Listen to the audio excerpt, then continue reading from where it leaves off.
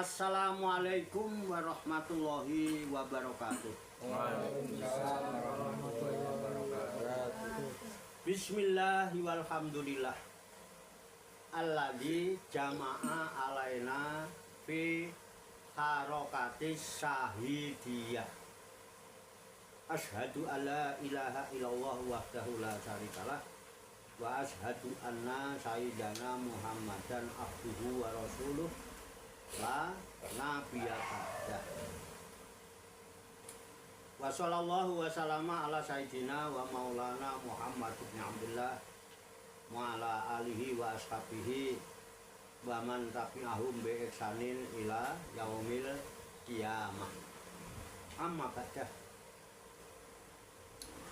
Ila hadrati jamil malaikatul muqarrabin alaihimus salatu wassalam wa jamil anbiya wal mursalin wa bil asmi minar rusul wa khususan sayyidina wa maulana Muhammadin sallallahu alaihi wasallam wa ala alihi washabihi wa sahbihi wa dzurriyyati wa ahli baiti ajmain wa ila hadrati nabiyina fidr abil abbas balik dimakan alaihi salam wa ila hadrati sa'iri sadatina sujati muhaqqiqin wal auliya isyarikin wa ulama al amilin aina makanu masyarikil ardi ila maghribiha khususan ila hadrati auliya itu sati ladina balagudina fi buldatinal Indonesia wa khususan ila hadrati Raden Masyahid Sunan Kalijogo bin Adipati Wiloteto wa khususan ila hadrati muallifu hadal kitabi bedah buku mistik wa makrifat Sunan Kalijogo Kiai Haji Profesor Ahmad Qadim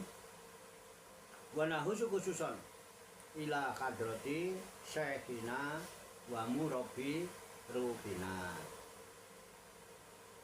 khususan ila hadrati Syekh Ali Muhtaram Judi wa ila hadrati Syekh Abdul Hamid Husain wa ila hadrati Syekh Muslim bin Abdurrahman Al-Maroki wa ila hadrati Syekh Abdurrahman Al-Maroki wa ila hadrati Syekh Ibrahim Yahya Al-Grumbungi wa ila hadrati Syekh Abdul Karim Al-Bandani wa ila hadrati Syekh Ahmad Khotib As-Sambasi qadasa wasirahu wa usulihim wa furu'ihim wa dawil huquqi alaihim ajma'in wa ahli silsilatihim wal aqidina anhum wa nafa'ana Allahu bihim wa bi ulumihim fid daraini amin ya rabbal alamin bi sirril Fatihah. A'udzu billahi minasy syaithanir rajim. Bismillahirrahmanirrahim. Alhamdulillahi rabbil alamin.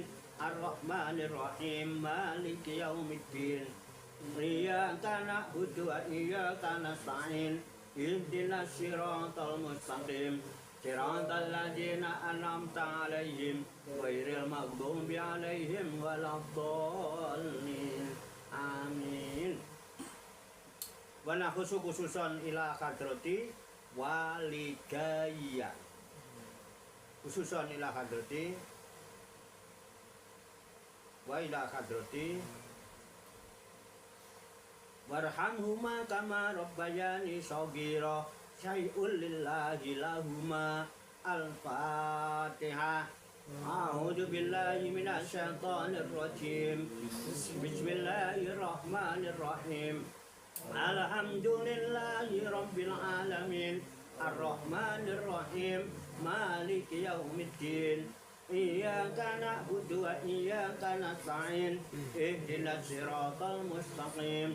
Siratal ladzina an'amta 'alaihim ghairil maghdubi 'alaihim waladdallin. Amin.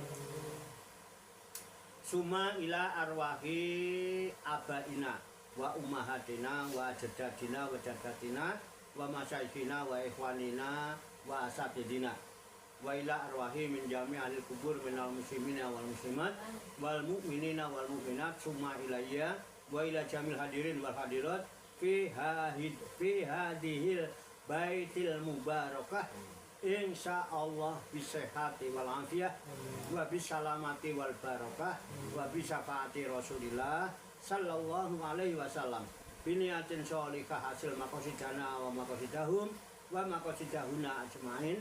Al-Fatihah. A'udzu billahi minasy syaithanir rajim. Bismillahirrahmanirrahim.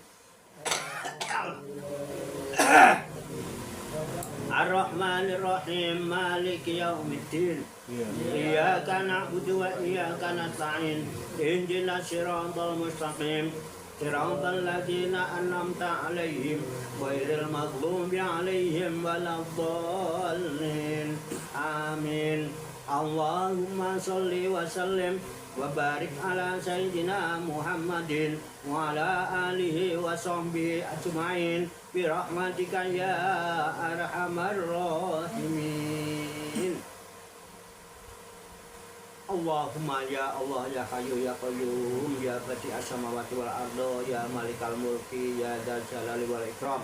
Allahumma inna nas'aluka taubata wal inabata wal istiqomata ala syari'atil gharra wa tariqatil bayda wa tamasukit tami bi harakati da'wati wa tarbiyati awliya utis'ah warzuqna kamalati ba'i khairil bariyah. Allahumma alhimna ilman na'rifu bihi awamiraka wa na'rifu bihi nawahiyaka warzuqna Allahumma balagata fahmi nabiyyin wa fasohata hidil mursalin wa sur'ata ilhamil malaikatil muqarrabin wa akrimna Allahumma binuril ilmi wa judatil fahmi wa sur'atil fahmi warzuqnal hikmata wa ma'rifatal ilmi wa sabatid zihni wal aqli wa akhrijna min dulumatil wahmi mu'allimna asrar hikmatika bi haqqi sayyidina Muhammadin sallallahu alaihi wasallam bi rahmatika ya arhamar rahimin walhamdulillahi rabbil alamin. Taqabbalallahu minni wa minkum fataqabbal ya karim. Bapak Ibu hadirin hadirat sekalian yang dirahmati Allah Subhanahu wa taala.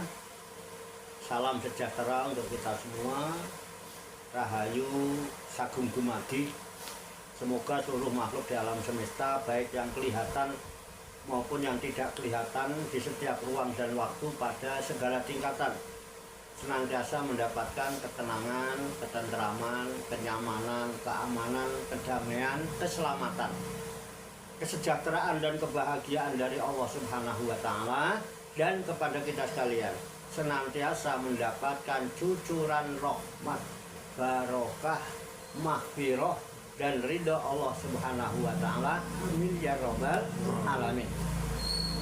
Alhamdulillah wa syukurillah, dengan berkat taufik hidayah inayah kudrat dan irodah serta izinnya malam hari ini kita masih dapat berjumpa dan berkumpul kembali bersama-sama bersilaturahmi dalam rangka silakul dzikri alaqah dzikir. Kita berkumpul duduk di atas kursi, ya, meninggalkan seluruh aktivitas duniawi kita untuk semata-mata berzikir mengingat Allah Subhanahu wa taala, mengingat kebesaran, keagungan dan kekuasaannya dengan melaksanakan tabarukan, ngalap barokah, melaksanakan bedah buku mistik dan makrifat Sunan Kalijogo yang disusun oleh Al-Mukarram Bapak Profesor Kiai Haji Ahmad Khodim. Kita berharap hanya kepada Allah Subhanahu wa taala, semoga dengan wasilah tabarukan kita melaksanakan bedah buku mistik dan makrifat Sunan Kalijogo ini, Allah Subhanahu wa taala berkenan membimbing kita sekalian menuju jalan kesempurnaan.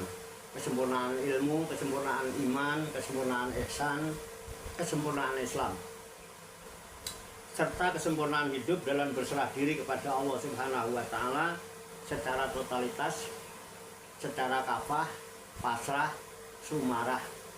Dan semoga Allah Subhanahu wa taala memberikan kepada kita sekalian wah ilahiyah, ilmu laduniyah, sehingga ilmu-ilmu yang telah kita kaji dan seluruh aktivitas, seluruh kegiatan kita sehari-hari dari mulai bangun tidur hingga tidur kembali dijadikan oleh Allah Subhanahu wa taala sebagai ilmu yang berfaedah untuk kehidupan kita di dunia wa dunia wal akhirah, serta dicatat dan dinilai oleh Allah Subhanahu wa taala sebagai amal ibadah kepadanya yang kita jadikan bekal ketika kita kembali pulang ke kampung halaman menghadap hadirat Allah Subhanahu wa taala dalam keadaan husnul khotimah.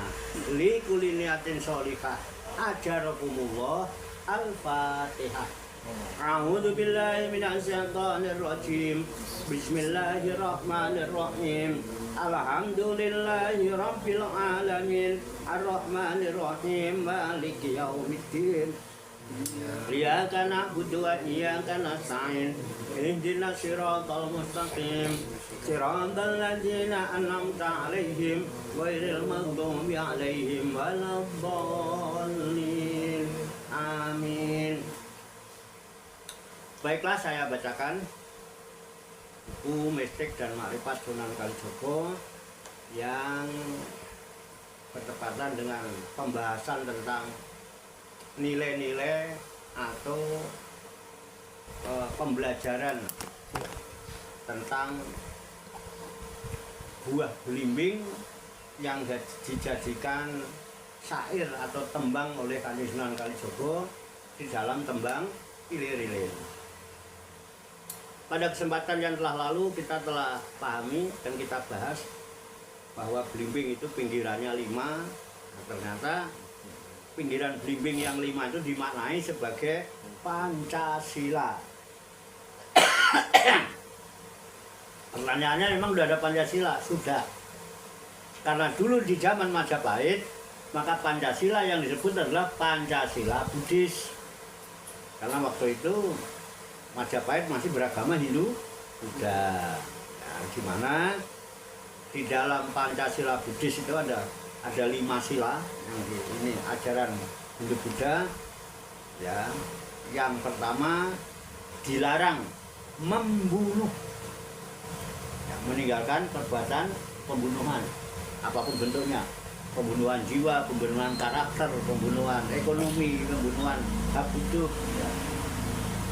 Kemudian yang kedua dilarang mencuri, melakukan pencurian, ya, korupsi dan lain sebagainya, itu masuk di dalamnya.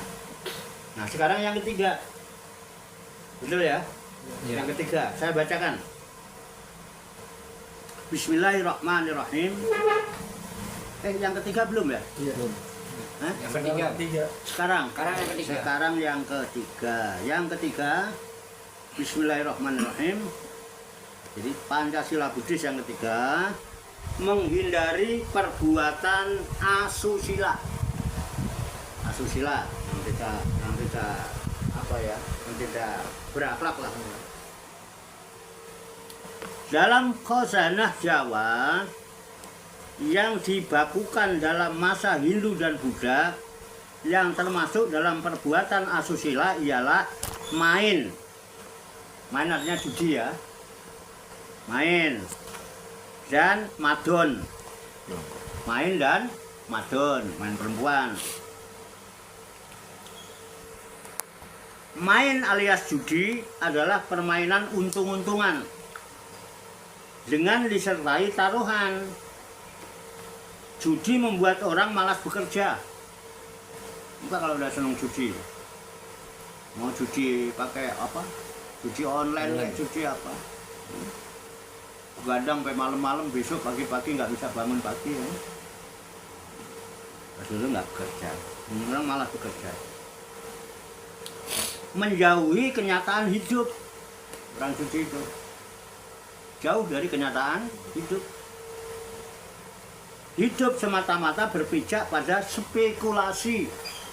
Namanya untung-untungan itu spekulasi. Nggak bisa pakai hitungan apa matematika atau ilmu pasti, kalau zaman dulu nggak bisa. Untung-untungan. Spekulasi. Ya. Jadi pada dugaan spekulasi diduga. Kalau menang ya. Kalau kalah ya gitu. Terus judi itu kalau menang ketagihan, kalau kalah kena itu. Dan orang judi itu kumuh orang judi itu. Jadi kalau melihat keren itu orang main judi dengan orang main perempuan, masih kerenan orang main perempuan. Orang main perempuan biar nggak punya duit, keren, najis. Orang main judi bisa 3 hari, bisa 5 hari nggak mandi-mandi, nek nguyuh ora cewek, coba tabitno ning di bawah pohon pisang. Dan kadang-kadang kencing aja diangkat. Kenapa? Kalau mau kencing dicurigai sama temennya. Orang judi itu culas. Menang itu duitnya tadi sumpelin di mana, terus ngakunya kalah. Makanya orang judi berempat itu bisa kalah semua semalam semua. Iya. Betul nggak? Nggak ada yang aku menang. Ah, yang menang siapa? Yang dituduh tukang kopi sama tukang rokok. Yang menang tukang kopi sama tukang rokok. Marah yang kalah. Enak aja menang leren kon. Tuh, karena yang kalah pengen mengembalikan uangnya, lu menang berhenti. Marah nggak? Bisa digebukin itu. Itu judi, jadi nggak ada bagusnya. Tumel orangnya. Itu, oke ya. Judi hanya memberikan harapan, bukan kenyataan. Harapan. Kalau tembus, ya kan? Harapan ada dua macam, yaitu harapan berdasarkan tindakan yang rasional dan yang hanya atas dasar dugaan semata-mata. Itu harapan itu ada yang cuma menyangka-nyangka, berangan-angan, ada yang kenyataan. Harapan itu, gua berharap itu yang nyata, jangan yang nggak nyata. Nggak ada kenyataannya kok diharap. Angan-angan terus ya, belum tentu. Itu tindakan yang rasional dan yang hanya atas dasar dugaan semata-mata. Itu dagang, nah ini adalah perbuatan rasional sehingga keuntungannya bisa dihitung berdasarkan harga jual dan volume penjualannya. Jelas. Pirang ember entek sedino, saya ember. Berapa setoran saya ember? 200. Kalau habis satu ember dapat 500. Mesti untung 3. Betul. Bukan angan-angan. Makanya kalau nggak ada yang mau melakukan itu bodoh. Apalagi melihat tuh.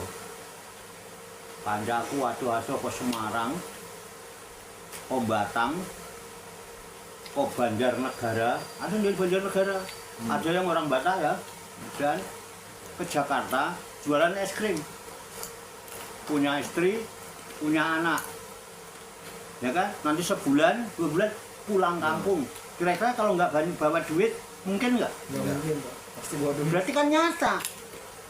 Oh, dia itu asal keluar bawa neng nong, pulang itu nggak penghasilan. Kenapa nggak mau niru? Berangan-angan. Tapi duit Lu dia bener. Berangan-angan terus. Kenapa nggak niru orang-orang itu?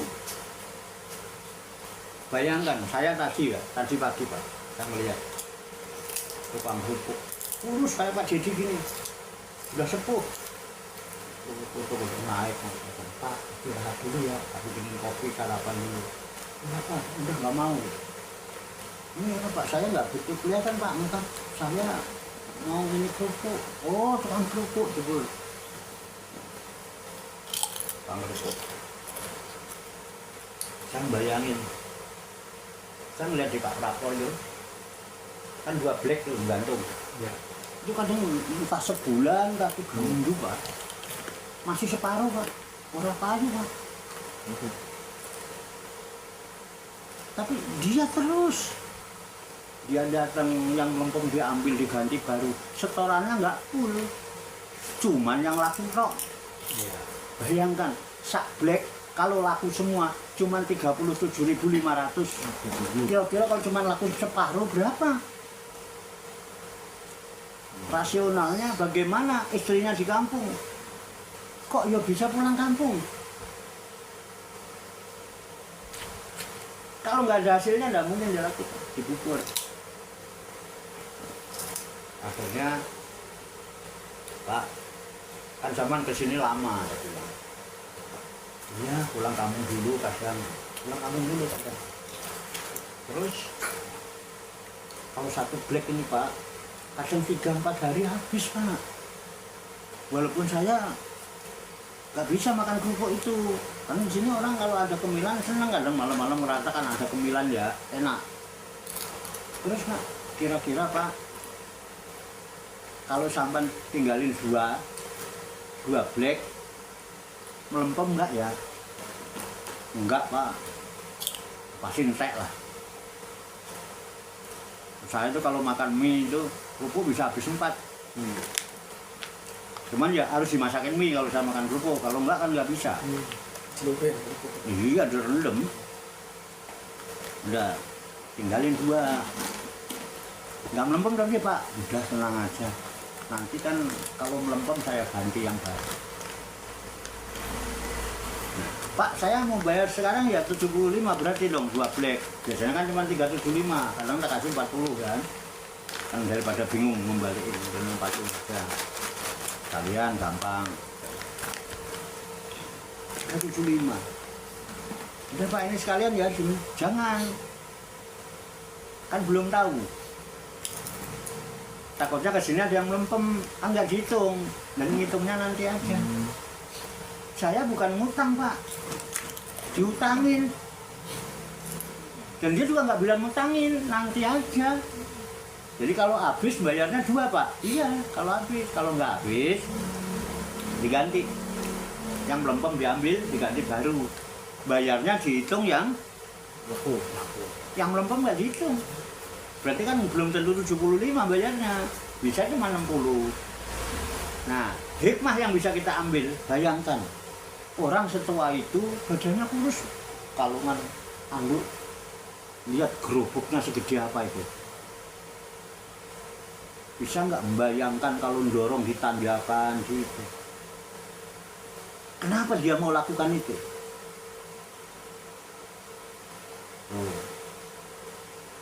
Dia nggak mau berangan-angan. Aku kalau berangan-angan terus, aku nggak bisa nafkahi diriku. Nggak usah cerita keluarga. Kalau aku hanya mengandalkan angan-angan, aku tidak bisa menafkahi diriku. Nanti selamanya saya hanya berharap dari orang, berharap dikasih, minta-minta malu, badan gagah kok. Nah, minimal kewajiban mencari nafkah untuk diri sendiri.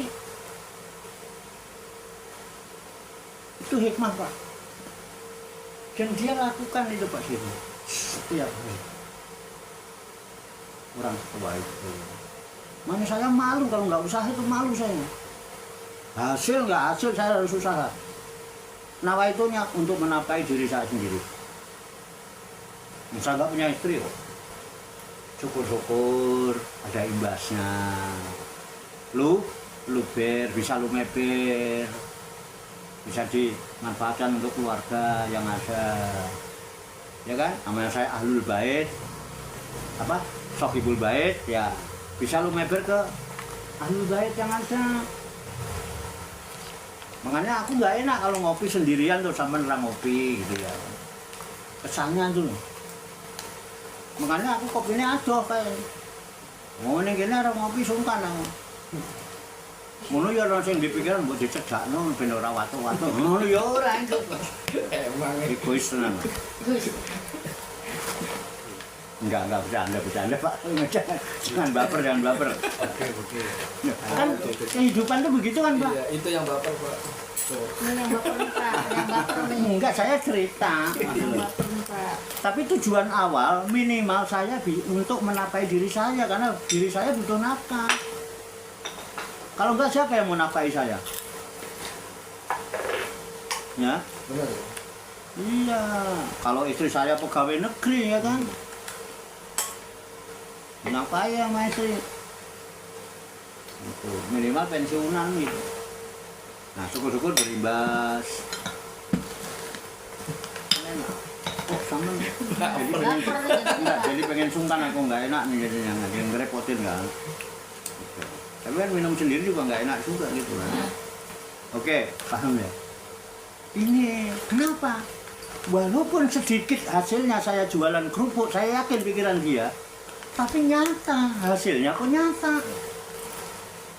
Walaupun cuma separuh yang dia dapatkan, yang dia dapat bayaran, ada bagian dia sekecil apapun, nggak sia-sia. Nah, terus itu kan per warung, nah kan nanti kalau ada warung ada berapa dia keliling, mungkin dari sini untung cuma 5.000, Yang dari 5.000-nya. Kalau kali 100 warung. Berapa? Pinter kalau ngitung mas duit mas. Coba ngitung ayat. Oh, ini. Itu kalau 100. Nah, kalau 1.000. 5.000 tak. Kalau 1.000.000. Tapi kan nggak angan-angan. Tergantung perjuangan kita, serius apa tidak. Nah, itu kalau dagang. Judi itu berangan-angan. Ngaji, angan-angan sebelumnya. Pahala banyak, nggak punya duit penning juga ternyata. Hah? Manggut tuh. Terus berangan-angan. Kali aja ntar muridnya inget ada rezeki ngamplopin. Angan-angan, dia aja amplopin orang.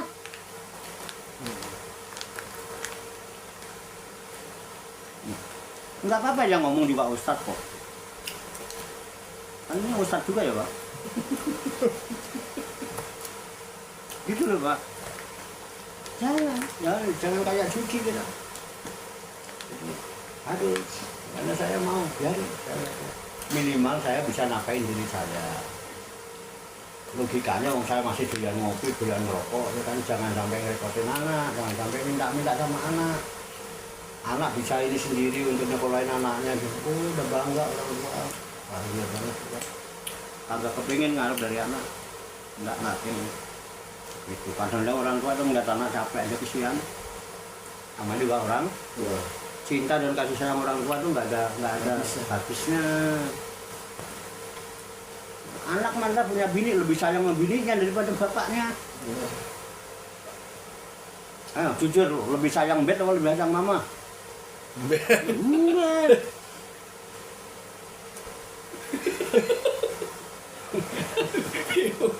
Makanya saya kalau dia ada apa-apa saya udah di sana, mama, mau ngasih ada mama. Jadi nggak mau, nang mantu nggak boleh, nggak jangan. Kalau ada mama nih. Jangan gara-gara itu lupa orang tua. Itu, oke ya. Ini hikmahnya.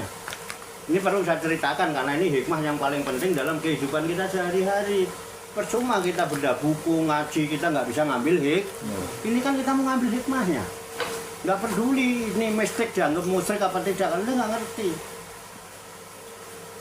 Itu apa-apa musyrik, apa-apa musyrik. Ini kalau ada hikmah yang baik, kenapa nggak kita pakai? Oke, bisa dipahami ya? Saya cuma bacain, cuman ngebahas, sampai juga nyimak. Kita lanjut gitu. Nah, jadi hanya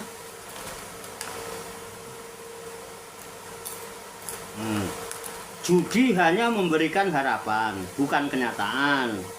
Harapan ada dua macam. Harapan berdasarkan tindakan yang rasional dan yang hanya atas dasar dugaan semata-mata. Kalau dagang itu rasional.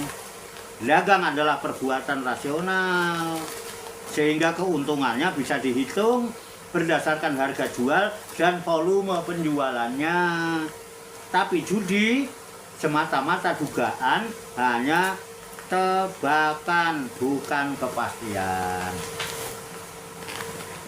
Makanya orang kalau ini kok ngarep pahala, angan-angan, tebakan.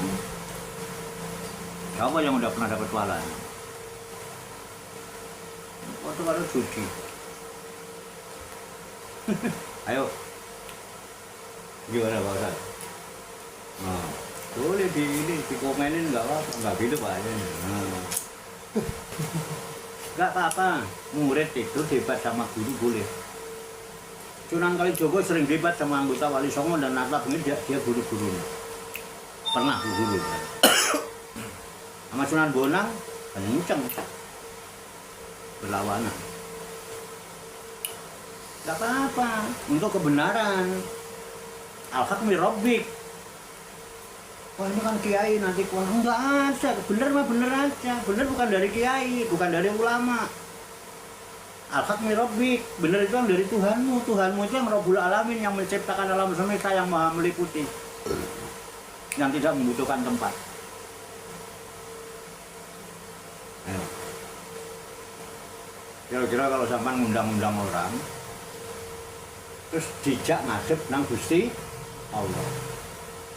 Ayo sini kita menghadap Allah. Berarti Allah perlu tempat. Nah ini katanya laisa kami saya, mau tuh nggak bisa tempat. Tapi mau ketemu Allah tuh panggil dulu, ayo kita. Berarti Allah melungker nang kono. Gimana? Allah nggak bisa tempat. Sebenarnya kalau kita mau merenung nih, kemarin bilang Allah itu dekat apa jauh? Dekat. Dekat apa? Dekat banget. Seberapa dekatnya? Lebih dekat dari urat leher. Cie dalilmu. Aku kembali ke Mekah.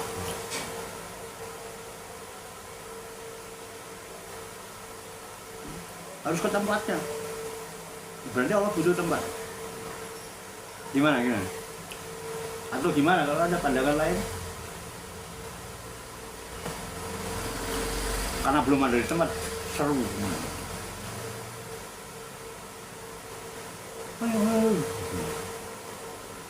Sama.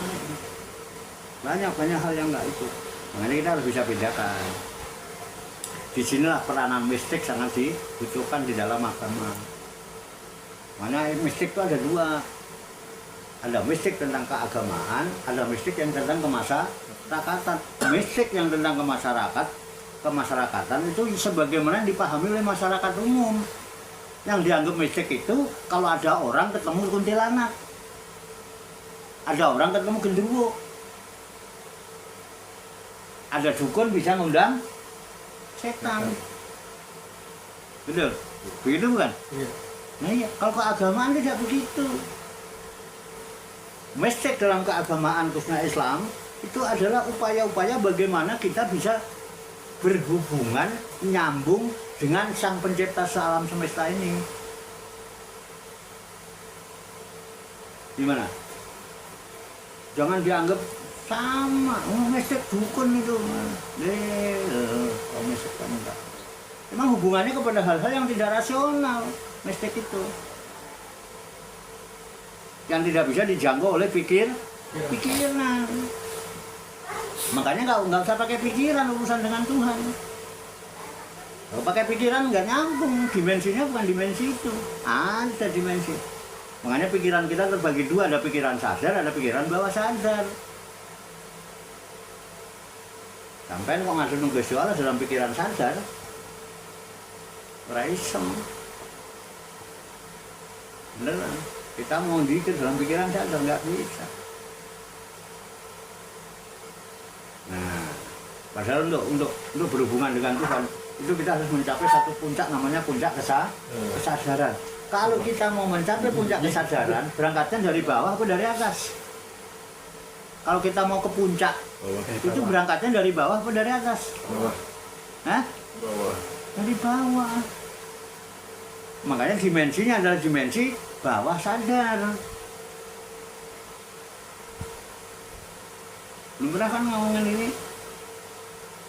Bisa dipahami enggak?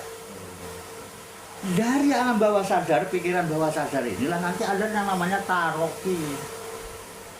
Perjalanan mendaki yang sangat terjal. Sama dalam kondisi sadar, suruh kusuk sholat nggak akan bisa. Ada anak bercanda, sadar kita. Masih ngedenger. Hah? Masih ngedenger, masih. Iya. Ada orang bajunya baru, ada tulisannya, kampanye, mesti baca. Walaupun lambene baca Al-Fatihah, nanti matanya baca Al-Fatihah. Karena sadar. Bisa dipahami nggak Pak? Nanti silahkan diulas. Itu dimensi. Nah, untuk itu nggak bisa diajarkan, ini masalahnya kan. Karena nggak bisa diajarkan, harus dilatih, dibimbing Pak Dedi. Dan kemudian ada istilah namanya talkin, bukan ditaklim. Gini saya nggak bisa, mau sampai kapan cuma ngaji mas saya untuk ke situ. Dengan cara gini nggak nyampe. Tapi kalau sampai mau berlatih, tak bimbing guys latihan. Ini caranya ini, engko terus latihan dhewe ning omah, sesuk rene meneh. Itu rutin kayak orang latihan silat. Zaman latihan silat seminggu sekali. Kita latihan ke tempat di sanggar sekali, dikasih jurus ini. Waktu itu diajarin. Pulang, nggak latihan lagi seminggu, besok datang lagi, udah lupa tuh jurus. Percaya nggak? Iya. Praktekkan boleh. Dari sana di rumah harus dilatih lagi tiap hari. Itu aja kadang masih ada yang lupa.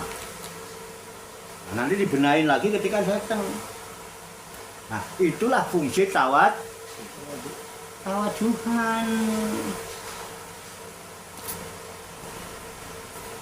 Semakin hari semakin serius gitu loh.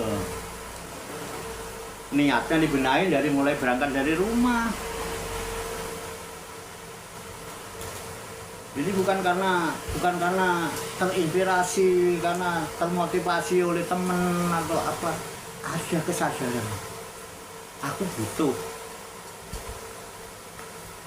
Nah, nanti pas mau berhubungan, set, masuk ke pikiran bawah sadar. Nanti naik. Kalau sudah sampai ke puncak kesadaran, di situ akan merasakan. Itu disebut shir. Dan dikir itu ada di shir itu. Dikir itu. Makanya puncaknya dikir itu sadar. Bukan dikrullah tapi syi'rullah. Bukan ingat Allah karena nggak akan bisa. Tapi sadar Allah. Jadi nggak dipahami nih. Beda nggak? Nah, ini nggak bisa kalau kita nggak gula mentah karena itu urusannya bukan urusan yang dunia nyata.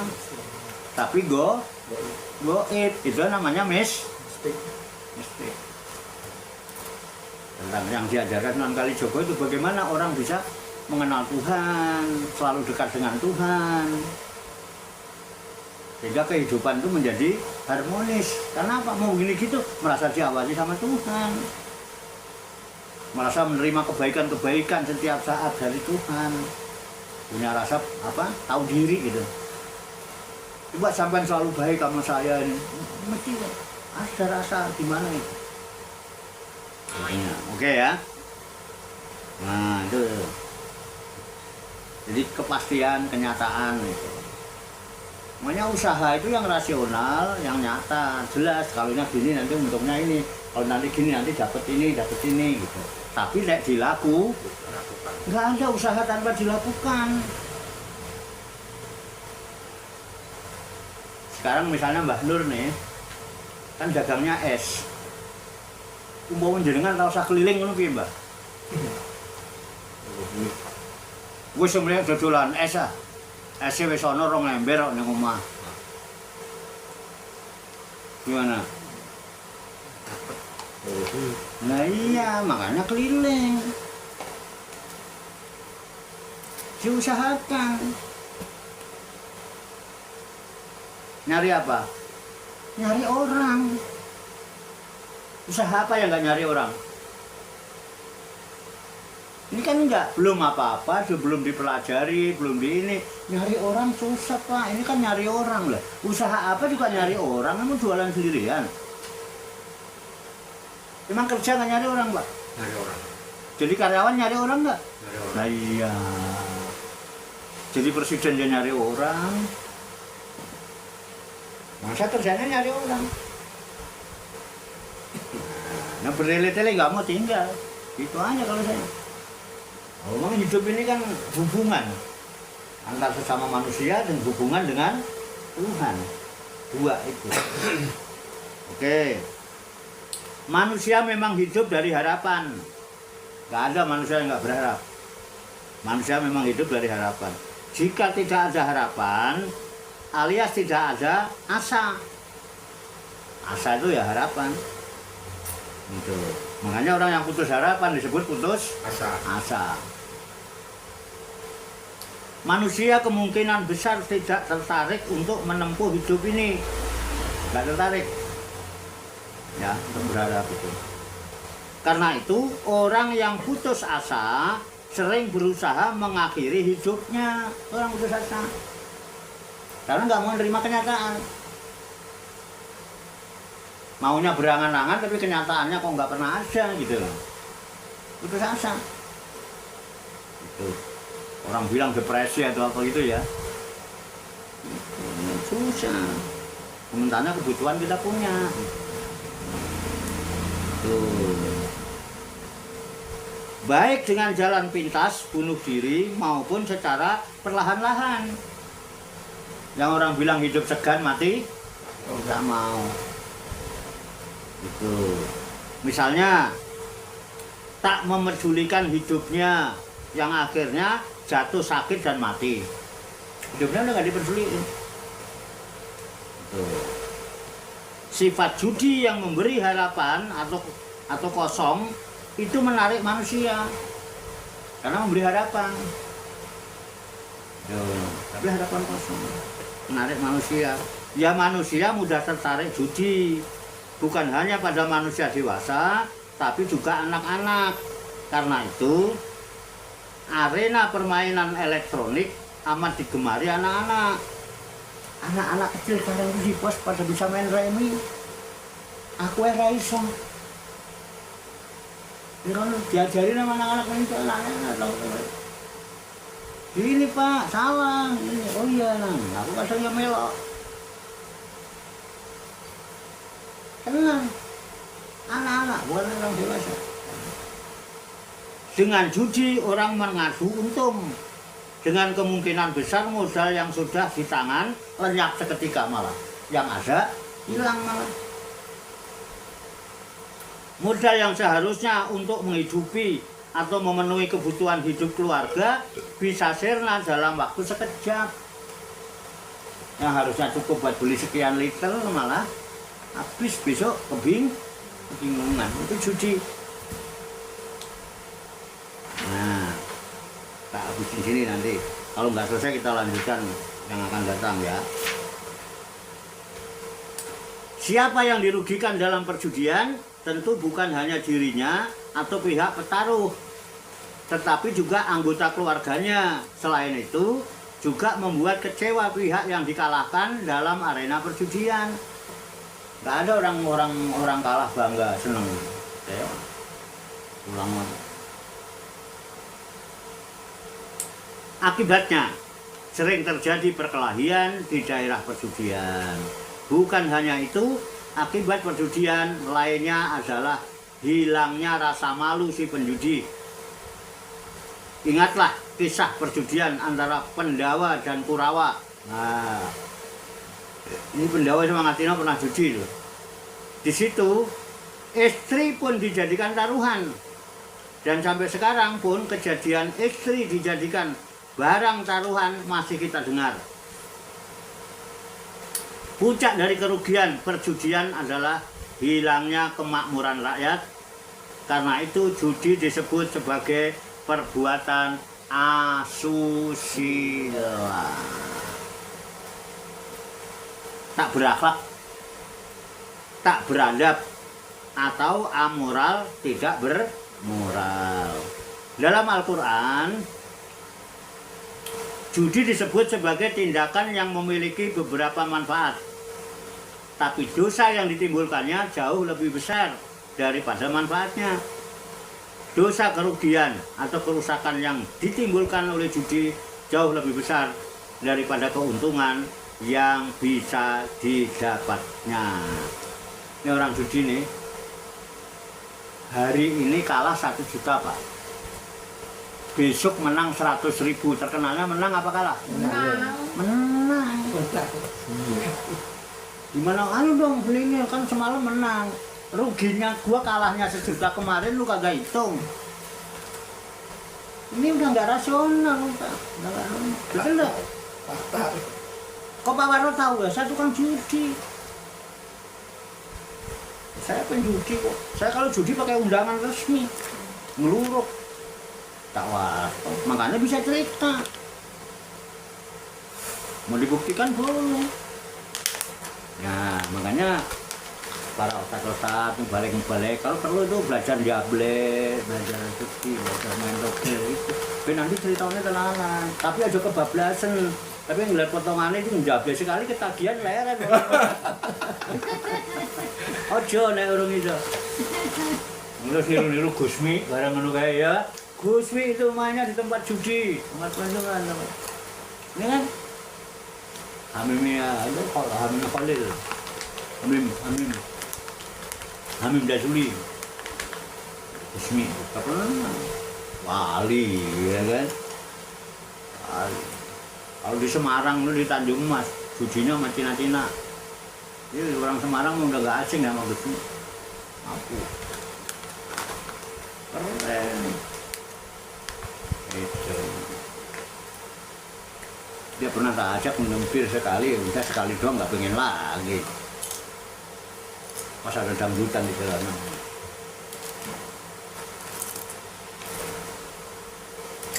Ya. Dalam budaya Jawa melakukan judi diyakini akan mendatangkan kuwalat. Orang Jawa bilang, oh judi nggak kuwalat. Soalnya wong judi itu lambene ora genah. Menipu, bohong, itu ya biasa. Judi itu menang aku kalah. Itu biasa. Apalagi bini, berapa kali dibohongin bini tuh. Bilang mau kondangan padahal mau ju. Itu kualat. Yaitu suatu balasan yang besar dari sebuah tindakan kejahatan, kriminalitas, dan kemiskinan merajalela. Kan bagus sila begini, kalau diamalkan kan juga bagus. Dalam ayat Al-Quran yang lain, itu ada tanggal nomor 9, nanti dilihat di itu notifikasi itu ada, itu surat apa ayat berapa, mungkin dikasih tanggal 9, catatan kaki namanya. Mau cari dalilnya, pasti ada dalilnya. Dalam ayat Al-Quran yang lain dinyatakan bahwa judi merupakan perbuatan rijsun, bahasa Anisa itu. Rij itu di atas najis. Keji atau najis. Dan termasuk perbuatan setan. Judi dinilai sebagai perbuatan yang mendatangkan permusuhan dan menghalangi manusia dari zikir dan berdoa kepada Tuhan. Al-Imran masalahnya ya Pak. Coba nanti dilihat. Dan menghalangi manusia dari zikir dan berdoa kepada Tuhan. Dengan kata lain, judi menyebabkan manusia yang tidak tulus dalam hidupnya, juga tidak memedulikan kepentingan orang lain. Ia hanya ingat terhadap kepentingan dirinya saja. Ya, egoistis. Ya, masyarakat akan rusak bila individu-individunya egoistis karena kepentingan bersama diabaikan. Makanya egois itu nggak bagus. Judi berempat, main gaple, ya kan? Di sini mamang, ya, di sini ipar, kakak ipar, ya, sini mertua. Di situ mantu, dia keluar 4-3, dipukul sama sininya 3 sudah, ya kan? Mertua yang ngeluarin 26, dia perhitungan mantunya bala 6, mampus loh, mertuanya dimampus-mampusin. Kenapa kamu ketawa? Pernah gitu ya? Bener gak? Gemes loh. Mampus loh. Bilang pantas gitu. Ekspresi. Egois. Sampai gak kenal mertua, gak kenal besan, gak kenal. Enak kan? Enak ngaji begini. Seperti yang dikemukakan di atas, yang diwajibkan memanjat pohon belimbing adalah gembala, pemimpin, para raja, adipati, dan para narapraja. Rakyat biasanya meneladani mereka Makanya yang digarap Sunan Kalijogo itu orang-orang kerajaan, pembombong itu supaya apa? Rakyat biasanya niru para raja-rajanya. Mau diperbaiki akhlaknya dulu, asusilanya diberantas. Dengan apa? Dengan mengajarkan yang tadi itu. Lagu Blimbing itu dijelaskan tidak pakai Pancasila kita karena belum ada. Pancasila yang dipakai oleh orang Hindu Buddha, oleh para raja, karena Majapahit itu agamanya masih Hindu, Islam belum masuk. Paham Pak? Itulah kebijakan wali itu, cara berdakwah, ngawur. Nah itu Blimbing para raja, para gembala. Nah itu, karena itu pejabat pemerintah harus bisa mencegah diri mereka dalam permainan judi. Bukan jadi backingnya tukang judi. Ya.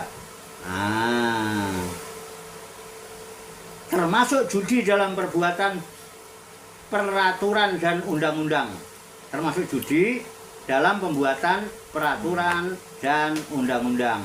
Yaitu membuat peraturan dan perundangan yang menguntungkan kelompok mereka sendiri. Undang-undang hukum untuk kepentingan mereka. Akhirnya hukum tajam ke bawah, tumpul. Kalau yang bawah yang melakukan ini hukum tegakkan, dengan atas yang karena emang dia yang buat judi.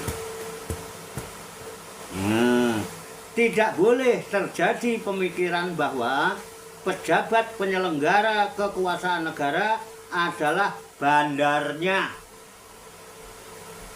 sedangkan rakyat adalah mereka yang memasang taruhan. Akhirnya yang taruhan yang rugi, yang makin kaya mesti bandar judi. Lu enggak diukur yang kaya bandar judi apa yang judi? Bandar. Iya, kontrakannya nambah terus. Nah, iya tanggane deh. Dulu aku enggak ikut ngitung apa banding ngitung duit gitu. Ngambilin bolanya gitu. Wallahu a'lam bishawab. Ya udah demikianlah tabarukan kita bedah buku Makrifat Mistik dan Makrifat Sunan Kalijogo sampai pada pembahasan Pancasila Buddhis dari makna bimbing yang ketiga belum selesai. Insya Allah dilanjutkan yang akan datang. Semoga Allah Subhanahu Wa Taala senantiasa memberikan bimbingan, taufik, hidayah dan inayahnya kepada kita sekalian, memberikan kekuatan lahir dan batin, mampu mengamalkan dalam kehidupan kita sehari-hari, sehingga kita digolongkan oleh Allah Subhanahu Wa Taala menjadi hamba-hamba Allah yang muslimin, mukminin, muksinin, mukhlisin dan mutakin, yang selamat, sejahtera, bahagia di dunia dan di akhirat. Amin ya rabbal alamin. Allahumma sholli wa sallim wa barik ala sayyidina Muhammadin wa ala alihi wa sahbihi ajmain bi rahmatika ya arhamar rahimin. Allahumma rabbana ighfir lana dzunubana wali walidina wali auladina wali masaikina wali ikhwanina wali jironina wali asatidina wali talamidina wali talamidatina wali jamil mu'minin wal mu'minat wal muslimin wal muslimina wal muslimat al ahya'i minhum wal amwat wa tabi bainana wa bainahum bil khairati rabbighfir warham wa anta khairur rahimin. Wala haula wala quwata illa billahil aliyil azim. Allahumma rabbana la tuzigh qulubana ba'da idh hadaitana wa hab lana min ladunka rahmah innaka antal wahhab. Allahumma rabbana inna nas'aluka ilman nafi'a wa amalan mutaqabbala wa du'aan mustajaba wa rizqan halalan thayyibah wa si'an fid dunya wal akhirati ya arhamar rahimin.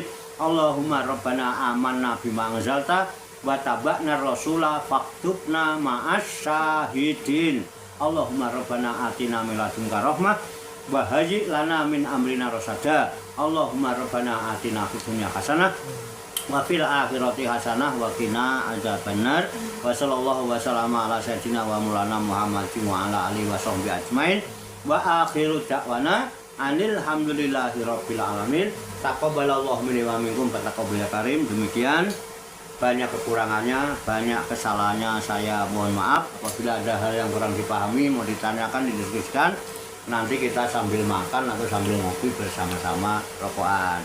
Wassalamualaikum warahmatullahi wabarakatuh. Waalaikumsalam.